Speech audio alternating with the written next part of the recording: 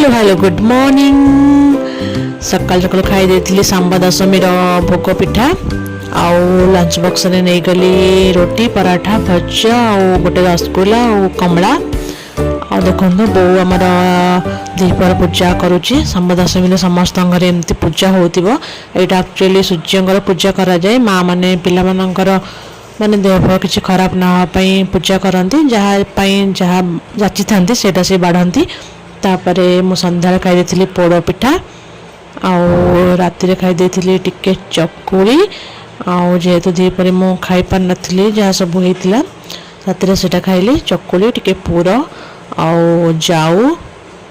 मकर चाउला शाग भजा और सांब दशमी डालमा